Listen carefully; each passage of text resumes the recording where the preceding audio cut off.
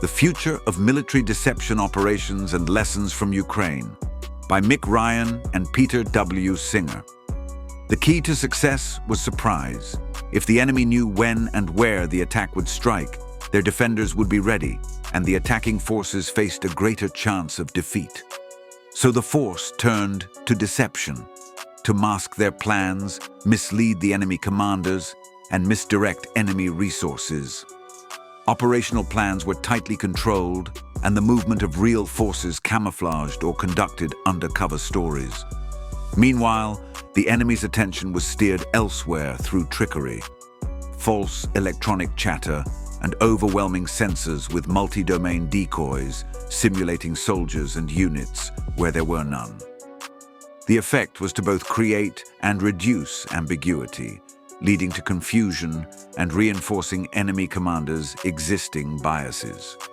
Thus, when the actual attack came, the enemy's forces were out of position and their defenses unprepared. This could describe Operations Fortitude and Bodyguard, efforts to mislead the Germans about the timing and location of the D-Day invasion, using everything from radio signals to inflatable tanks. But it could also describe the Ukrainian attacks into Kursk in 2024, which used tools ranging from social media misdirection to strategic messaging about offensive capabilities. Deception, the act of deliberately misleading an enemy so they act in ways that support your objectives, has a long history in war.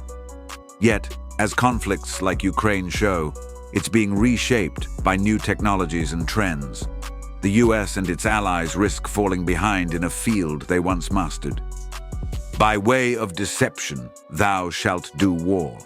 Once Mossad's motto reminds us that catching an enemy unawares has enduring value.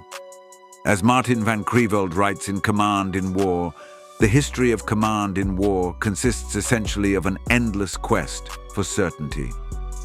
Deception warps that quest, whether by exploiting preconceptions, Magruder's principle, or through Jones' lemma. The more controlled information channels, the greater the likelihood of belief. New technologies now offer both challenges and opportunities for military deception. AI, uncrewed systems, commercial sensing, additive manufacturing, advanced materials, and quantum computing are creating new ways to reach and mislead enemies. These technologies are driving major trends evident in Ukraine and the Middle East.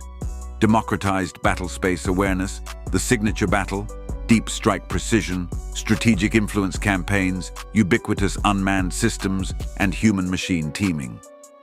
These trends demand that the US and its allies rethink force structure, acquisitions, and doctrine, and adapt military deception planning accordingly. For instance, swarms of cheap drones make it harder to hide, but also easier to simulate false forces. The challenge is not just change. While D-Day reminds us of past mastery, Allied doctrine, training, and practice in deception now lag behind. Our manuals often cite its importance, but rarely go deeper into actual planning and execution.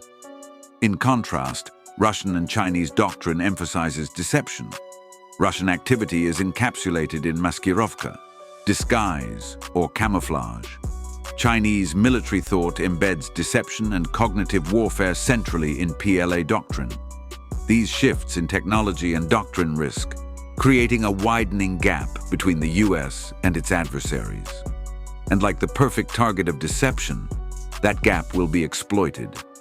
There is an imperative for the US and its allies to rebuild this undervalued area of military expertise so they can better counter enemy deception and execute their own. This means systemic learning and adaptation, improving how deception is planned, conducted, measured, and evolved. Training, equipment, and doctrine must be updated to integrate both age-old lessons and new capabilities. All wars are learning labs.